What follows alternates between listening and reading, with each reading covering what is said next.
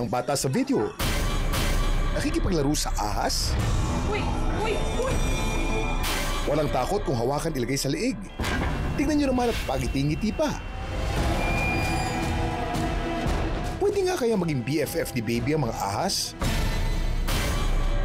Unang kita ko, parang natakot ako. Bakit nga kaya tila walang takot ang bata? At ligtas nga ba ito para sa kanya? Uy! Uy! Uy! Ano mangyayari sa'yo pag nakagat ka ng ahas? Siyempre, malalason ka. Kunyari ahas to. Kunyari ahas, ha? O GTS tayo. Ahas. Natuklaw ka.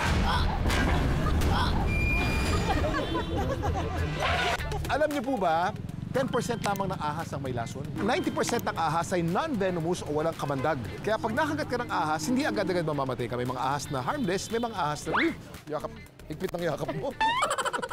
Ahas ako. Ang bata sa video, nahanap namin dito sa Hagonoy, Davao del Sur. Siya si Gia, isang 1 year and 6-month-old na toddler. Sa video na to, pumupulupot sa leeg ni Gia ang dalawang ahas. Uy! Uy! Uy! At sa halip na matakot, parang tuwan-tuwa pa siya na para bang normal lang ito sa kanya. Ang video ay in-upload ng kanyang ina na si Gina Lynn na halos di raw makahinga sa kaba ng mga oras na yun. Una, natakot ako nung hinawakan niya yung ahas, yung sa video na yon. Pero nung nakita ko siya na parang kampante lang, nag-enjoy lang siya, may worries lang, konti, kasi baka manggigil siya, tsaka masaktan niya yung ahas. Bago pa mapanood ng marami ang video na to, meron na rin ibang video si Gia kasama mga ahas. Sa video naman ito ni Gia, tila tinatansya pa ang sarili sa malaking sawa.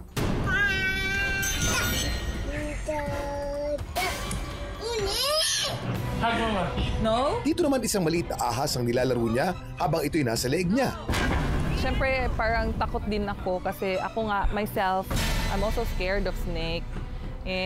Pero nung siya, parang okay lang na natanggap ko na lang din na happy siya sa habang hinahawakan niya yung ahas. Ang mga ahas ay walang tenga o external ears kaya hindi sila nakakarinig sa karaniwang paraan. Sa halip, nakakaramdam sila ng mga vibrations mula sa lupa gamit ang kanilang katawan at panga. Dila ang pang-amoy ng ahas. Ginagamit nila ang kanilang forked tongue para mangolekta ng scent particles at pinapasa ito sa Jacobson's organ dito po sa tuktok ng kanilang bibig. Ang dami mong alam, Kuya Kim! Ayon kay Gina Lynn, nasanay na si Gia sa paghawak ng ahas sa murang edad dahil mga alaga ito ng kanyang amang si Carlo. Pinakita ko lang sa kanya una kung paano humawak ng ahas. Pinapasali ko siya maglinis na ahas. Mga 1-year-old siya nung nag-start siya maghawak ng ahas. Masaya siya na nakita ko rin sa kanya na parang interested siya sa hayop na yan. Isang farm owner si Carlo. Bukod sa ahas, sanay din siya sa pag-alaga ng iba pang mga hayop gaya ng kabayo at manok. Isipan ko siyang turuan kasi kami, nung mga bata kami, ganyan din yung ginagawa sa amin ng mga parents namin na mapalapit kami sa mga hayop dito sa farm. Nung una, natatakot ako kasi ahas yan, hayop din yan, may sariling pag-iisip yan. Ang dalawang ball python na parang scarf na nakapulupot sa leeg ni Gia ay sina Tep at Sly na legal daw na inaalagaan ni Carlo. Kamangha-mangha at kahanga-hanga, pinusuan si Ner at kumiliti sa interes ng online universe. Pero bakit nga ba nag-viral ang mga videong ito? Samahan niyo akong himayin at alamin ang mga kwento sa likod ng mga viral video at trending topic dito lang sa Ang dami mong alam, Kuya Kim! At dapat, kayo rin, biling sangre si ate. Higpitan mo ang kapit para hindi ka, nahulog. Ano na kaya nangyari sa kanya?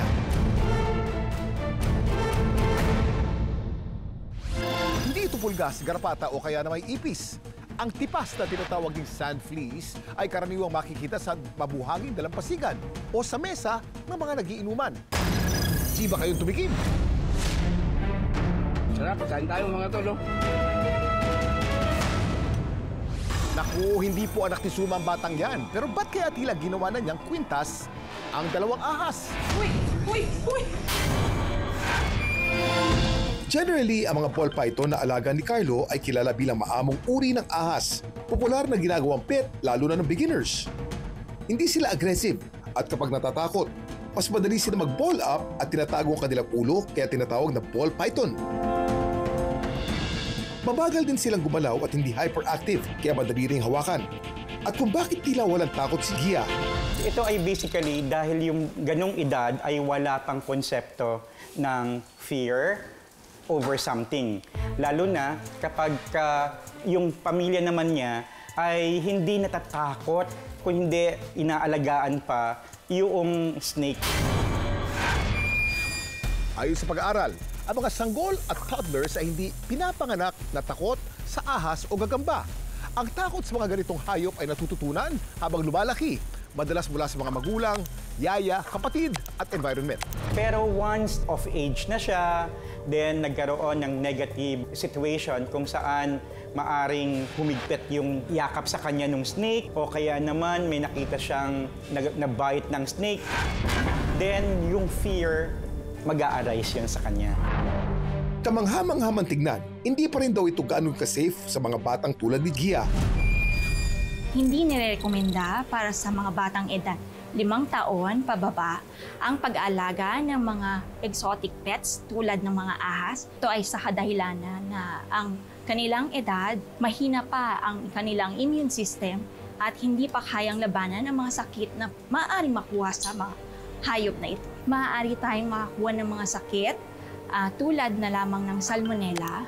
Ang salmonella ay pwedeng magsanhi ng pagsusuka, pagtatae, pananakit ng tiyan.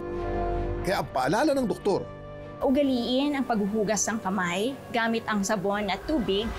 sa kasalukuyan nananatili sa bahay ni Gina Lynn ang mga ahas at patuloy nila itong inaalagaan ng maayos. Dito sa bahay, may boundary talaga ang ahas at saka yung bata. Kasi secure naman yung kulungan, hindi talaga niya pwedeng ma-open yun na wala ako. Dapat nakatingin talaga ako pag hinawakan niya yung ahas. At si Gia, mabuti naman at wala daw sakit na nakukuha mula sa mga ito. Gia is a very young pa, so madali pa siya manggigil. So safety first before anything else. May schedule kami kung kailan niya lang pwede hawakan yung ahas. Mainam na maturuan natin ang ating mga anak ng tunay na pagmamahal at malasakit sa mga hayop. Pero kung magsisimula sa murang edad, mas kailangan ng iba yung pag-iingat at gabay ng magulang. Para ang lahat, mapahayop at tao, ay manatiling ligtas sa lahat ng oras. Daghan kay kag naibalaan, Kuya Kim! Babaeng nangangabayo, dumilapon. Ano na kaya nangyari sa kanya?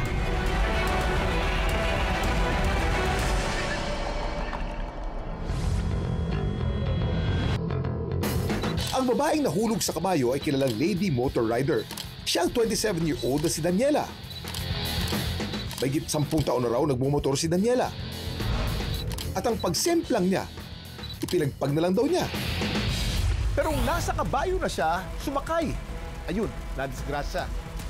Ano nga bang mas masakit? Madisgrasya sa motor o sa kabayo? Bakal yun eh. At least yung kabayo, medyo may lambot. Malambot, no? Tsaka yung kabayo, may tendency na tumayo agad. Tumayo agad. Oh. Pero yung motor, wala na yun. Kasi wala siyang buhay eh. Ano mas masakit? Pag sumemplang ka sa motor o sumemplang ka sa kabayo? Depende sa tama, Kuya Kim. Depende sa tama. Ang daming alam ni Kuya Kim. Noon pang 3,500 BC, meron ng horseback riding. Dahil sa iba't ibang lugar, lalo na sa Mesopotamia at Central Asia. Ginagamit nila noon ang mga kabayo bilang mode of transportation at kasangga tuwing may digmaan. Balikan natin si Daniela. Na nahulog habang nag-horseback riding. Last year pa raw nung unang naipakilala sa kanya ng isang kaibigan ng horseback riding. Grabe, totoo ba to? Cowgirl na ako. Nagustuhan daw niya ito at agad na naghanap ng mas malapit na farm. Sa nakalipas na 1 taon, 3 beses na raw siyang naranasang mga bayo. Hanggang nito nga lang, sa pagbalik niya sa farm, nangyari na ang kanyang pagkahulog.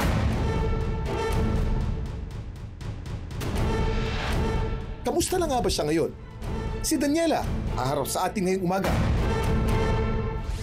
Daniela, napakasaya mo sa pagsakay mo, ha? Pero parang napuruhan ka. Anong masakit sa katawan mo ngayon?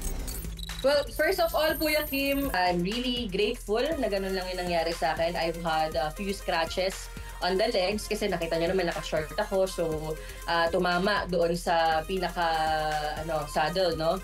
And itong part ng lower balakang almost hip yung bumagsak sa akin. So, luckily, walang injury. Ayon kay Daniela, ibang kabayo raw sa nakasanayan na niya ang nasakyan niya noon. Ang takaw mo naman, Bentley. Kain ka ng kain sa daan. The horse, medyo mahirap talaga siyang i-command, i-control, no? Nailang din siya na, siguro na-distract na may tao din sa middle or ano man, ganyan. And I lost my balance na din, So it was pretty hard na lang na mabawi for me. And lamog na lamog ako for like 3 days after that. Maputik din ang daan dahil sa madalas na pag-ulan. Pero tulad ng mga pagsemplang niya sa motor, hindi naman daw kailangan dalhin sa ospital sa Daniela at pinahinga na lang niya ang sakit sa katawan. Anong mas masakit? Semplang sa kabayo o semplang sa motor? I think pareho lang na masakit, no? But ang difference lang, of course, kapag ka nasa motorcycle ka kasi, you are equipped with riding gear, no? So, I would say na nalalesen yung impact and all. Sa kabayo kasi, mataas din siya eh. And as I've told you earlier, medyo iba yung isip ng kabayo. Siyempre, may sarili siyang isip. Sa motor naman, we can still control. Case to case pa rin po, Kuya Kim. But yeah, pareho pong dangerous at pareho pong masakit. Sa mga ganitong aksidente, ano nga bang opinyon ng eksperto? Number 1, ang chine-check natin dyan is baluktot ba yung buto or may deformity ba tayo? Number 2, namamaga ba significantly yung parte ng katawan na natamaan? And number 3, pwede pa tayong mga tinatawag na hindi niya maikilos yung katawan, hindi niya maikilos dahil sa sakit. So yun yung mga red flags na titignan natin. So if these red flags are present, then maybe kailangan natin ipa-check sa hospital. Wala raw dapat ipag-alala dahil hindi naman daw na-trauma si Daniela at patuloy pa rin siyang sasakay sa kabayo. Maraming salamat sa oras, Daniela. Ride safe. Dami mong alam, Kuya Kim. Garapata sa buhangin nga ba ang mga ito? Mali. Kinakain talaga yan, mga kapuso. Sarap, kain tayo mga tolo.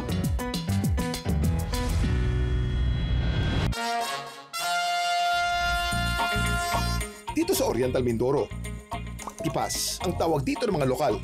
Nung unang kita ko talaga ay parang nakakadiri dahil parang itsurang siya, garapata ng aso. Ang tipas ay kilala din bilang sand fleas, mole crabs o sea fleas. Sa kabila ng pangalan, hindi sila tunay na garapata o pulgas na nangangagat ng hayop o tao. Ang dami mong alam, Kuya Kim!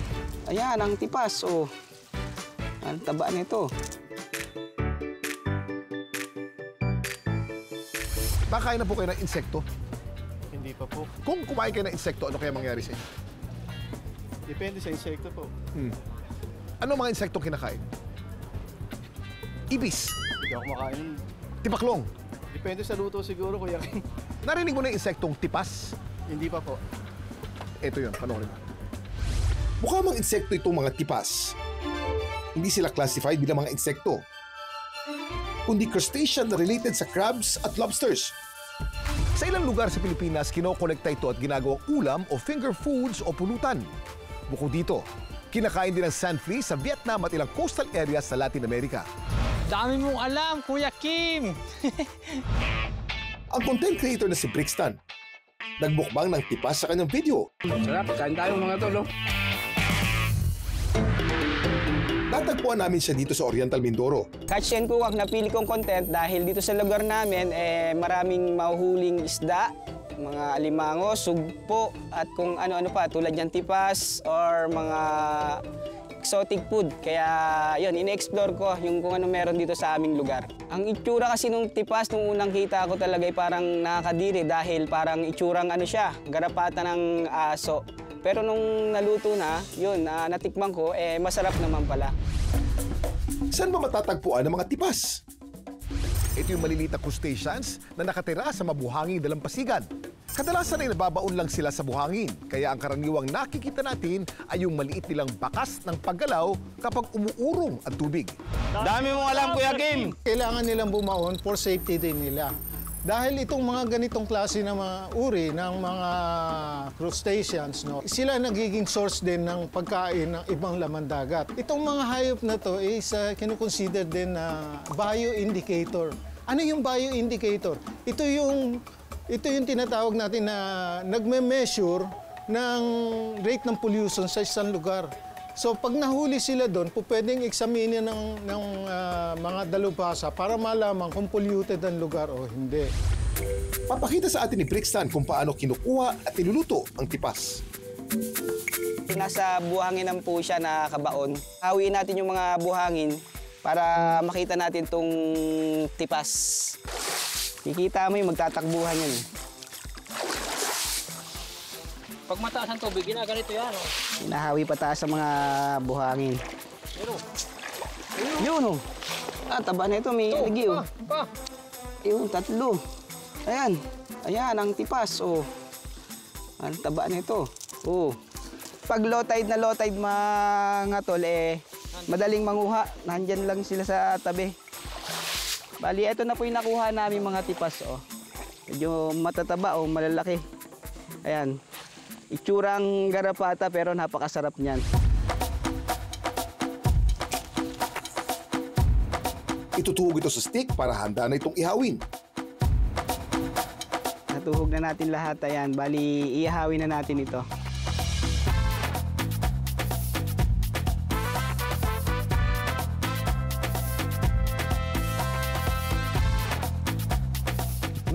Sarap. Medyo hawig siya ng hipon, tsaka ng mga crablet o crabs na maliliit. Yan, napakasarap. Try nyo na rin. Ang tip ng mga lokal, the best daw itong isawsaw sa manghang na suka. Sarap. Para siyang sugpo. First time ko po makatikim pero masarap. Malutong siya. Para siyang alimasag. Wala rin siyang iniban sa hipon. Sa isang pag-aaral sa Indonesia tungkol sa nutritional values ng tipas, sinasabing meron itong protina at healthy fats na nakakatulong sa kalusugan ng puso at utak. Pero tandaan, hinay-hinay lang sa pagkain nito dahil lahat naman ng sobra ay pwedeng makasama sa atin. Dami mong alam, Kuya Kim! May mga kwento rin ba kayong viral worthy? Just follow our Facebook page. Dami mong alam, Kuya Kim! At i-share nyo doon ang inyong video. Anong malay nyo? Next week, kayo naman ang isasalang at pag-uusapan. Hanggang sa muli, sama-sama nating alamin ang mga kwento at aral sa likod ng mga video nag-viral dito lang sa Ang dami mong alam, Kuya Kim! At dapat kayo rin.